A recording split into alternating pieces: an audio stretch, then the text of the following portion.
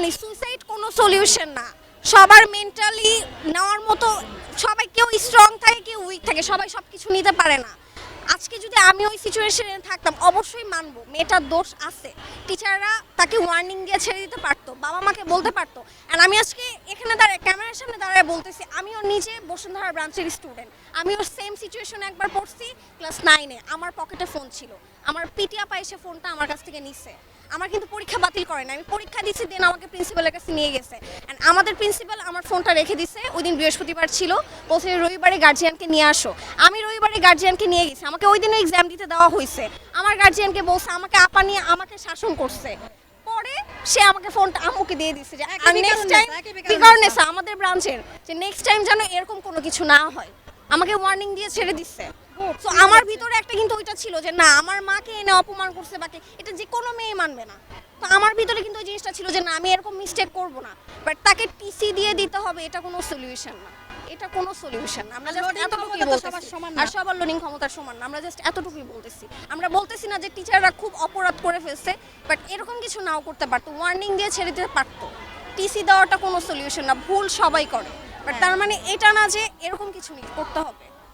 টিচারদের এটা, তারা আমাদের গুরুজন, তাদের থেকে আমাদের শিখার আছে, অবশ্যই শিখার আছে। তারা ওয়ার্নিং দিয়ে ছেড়ে দিতে পারতো, নেক্সট টাইম যদি কিছু করতো দেন টিসিতে, তখন হয়তো বা কেউ কিছু বলতো না, গার্জিয়ানও কিছু বলতো না, কথা আমার মেয়ে আবারও সেম মিস্টেক করছে। এটাই, দ্যাটস অল। Thank you. না না, এটা হচ্ছে জিনাত আপার সামনে সারা ক্লাস সারা স্কুলে ওনার নামে একটা আছে যে উনি অপমান করে এবং সে প্রিন্সিপালের উপর দিয়ে গিয়ে কথা বলে।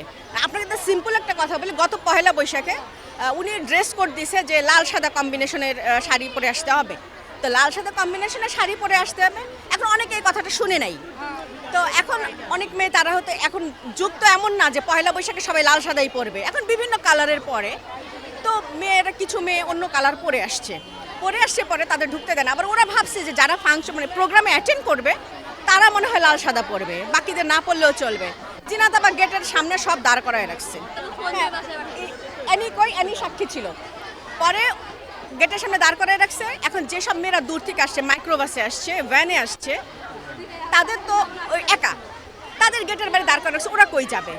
তখন এক গার্ডিয়ান বলছে কি আপা ওরা তো একা আসছে, তো এরা কি করবে? তো প্রিন্সিপাল ব্যাপারটা শুনে বলছে যে ওকে ওদের ভিতরে ঢুকতে দেন।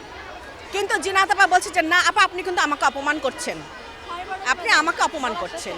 এই কথা বলার সাথে সাথে প্রিন্সিপাল অফ হয়ে গেলেন, তিনি আর কিছু বললেন না। এই পরীক্ষায় যে জীবনের সব তা তো না, আর বিকর্ণসায় পরেই যে সবাই একেবারে লাটসাই হয়ে গেছে তাও না। সারা বাংলাদেশ থেকে স্টুডেন্ট আসছে না, একটা দুটো পরীক্ষা খারাপ হতেই পারে, মানুষের শরীর, সে অসুস্থ থাকতে পারে, ফ্যামিলি প্রবলেম থাকতে পারে, প্রবলেমের কারণে পরীক্ষা খারাপ হতে পারে।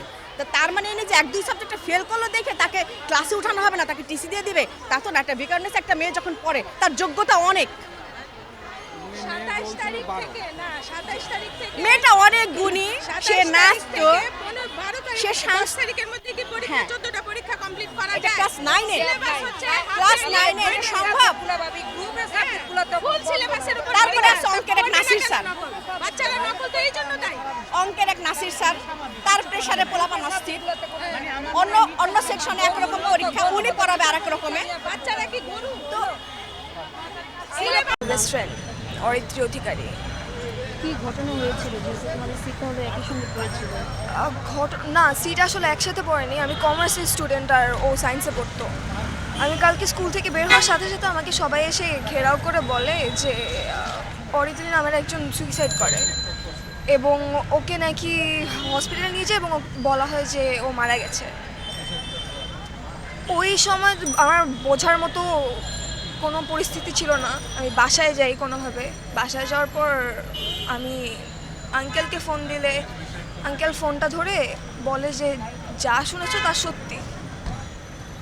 তখন ওই অবস্থায় আমি জানতাম না যে এর আগের দিনও কি ঘটনা ঘটেছে, ওর সাথে কারোর কথাও হয় নাই। শেষে জানা যায় যে প্রিন্সিপাল ওদেরকে রুমে ডাকায়, আঙ্কেল আন্টি এবং ওকে, ও ফোন দেখে চিট করতেছিল। মেবি রসায়ন এক্সাম ছিল ওদের, ওই এক্সামে চিট করতেছিল এবং এ কারণে আঙ্কেল আন্টি এবং ওকে ডাকানো হয়। ডাকানোর পরে আমি যতদূর জানি যে ও প্রিন্সিপালের পা ধরে ও মাফ চাইছে। বড় কোনো গুনাহ তো করে নাই আসলে যে চিটের স্টুডেন্ট হিসেবে কেমন ফলাফল। ছিল? তুমি তো বিয়ে করছো, ও স্টুডেন্ট হিসেবে কেমন ছিল? স্টুডেন্ট হিসেবে অনেক ভালো ছিল। আচ্ছা, ওরা ওর কোনো বাজে রেকর্ড নেই স্কুলে। এরকম একটা অভিযোগ ছিল নকল করতে গিয়ে ধরা পড়েছে, এর জন্য হচ্ছে একটু হ্যাঁ, নকল করতে গিয়ে আসলেই ধরা পড়েছিল এবং আমি এটা একেবারেই ডিনাই করব না। কিন্তু কেউ চিট করলে কি তার শাস্তি মৃত্যু হয়? এটা তো কোনো জায়গার আসলে জাস্টিস হলো না। আনুশকা রায়।